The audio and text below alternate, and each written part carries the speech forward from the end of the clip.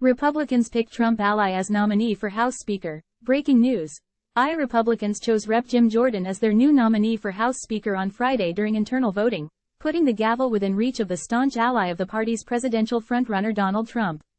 Time equals 400 Ms. greater than Mr. Jordan, of Ohio, will now try to unite colleagues from the deeply divided House Republican majority around his bid ahead of a floor vote, which could come next week. Frustrated House Republicans have been fighting bitterly over whom they should elect to replace the Speaker they ousted, Rep. Kevin McCarthy, and the future direction of their party.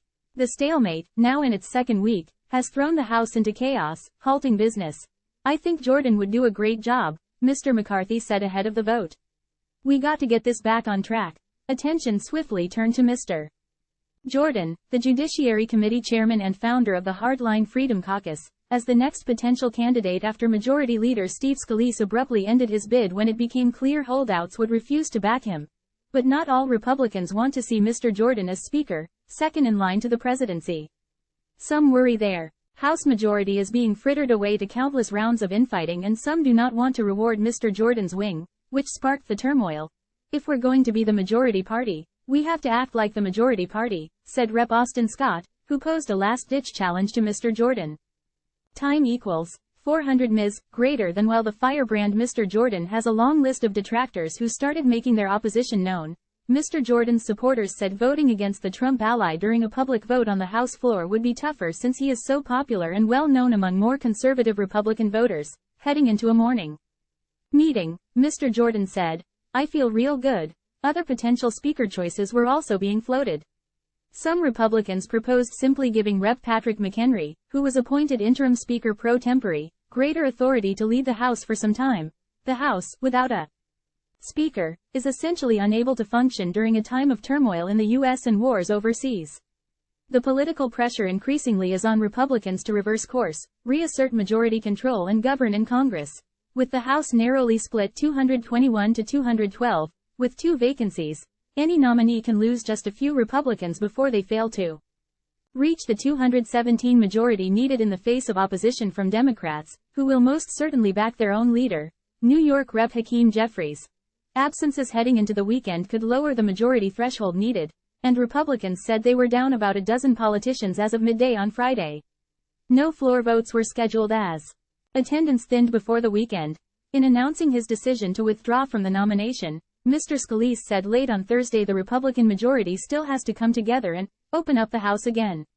But clearly not everybody is there, asks if he would throw his support behind Mr. Jordan. Mr. Scalise said, "It's got to be people that aren't doing it for themselves and their own personal interest." But Mr. Jordan's allies swung into high gear at a chance for the hard-right leader to seize the gavel. "Make him the Speaker. Do it tonight," said Rep. Jim Banks. "He's the only one who can unite our party."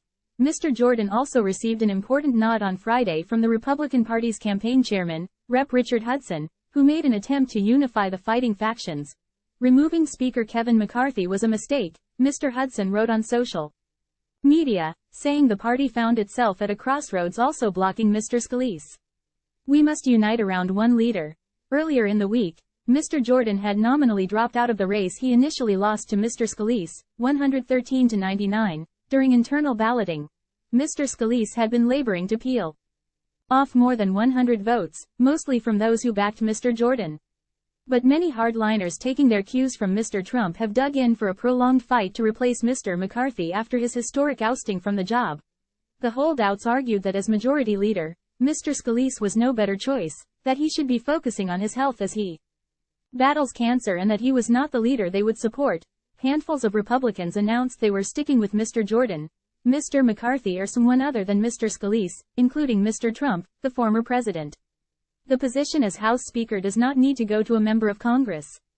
Time equals 400 Ms. greater than. Mr. Trump, the early frontrunner for the 2024 Republican presidential nomination, repeatedly discussed Mr. Scalise's health during a radio interview that aired Thursday. Mr. Scalise has been diagnosed with a form of blood cancer known as multiple myeloma and is being treated, but he has also said he was definitely up for the Speaker's job. On Friday, another California Republican, Rep. Tom McClintock, had introduced a motion to reinstate Mr. McCarthy during the morning meeting, but it was shelved. "I just told them, no, let's not do that," Mr. McCarthy said afterwards. Let's walk through this and have an election. The situation is not fully different from the start of the year, when Mr. McCarthy faced a similar backlash from a different group of far-right holdouts who ultimately gave their votes to elect him Speaker, then engineered his historic downfall. But the maths this time is even more daunting, and the problematic political dynamic is only worsening. Exasperated Democrats, who have been waiting for the Republican majority to recover from Mr. McCarthy's ousting, urged them to figure it out. The House Democrats have continued to make clear that we are ready, willing, and able to find a bipartisan path forward, Mr. Jeffries said, including doing away with the rule that allows a single lawmaker to force a vote against the Speaker. But we need traditional Republicans to break from the extremists and partner with us.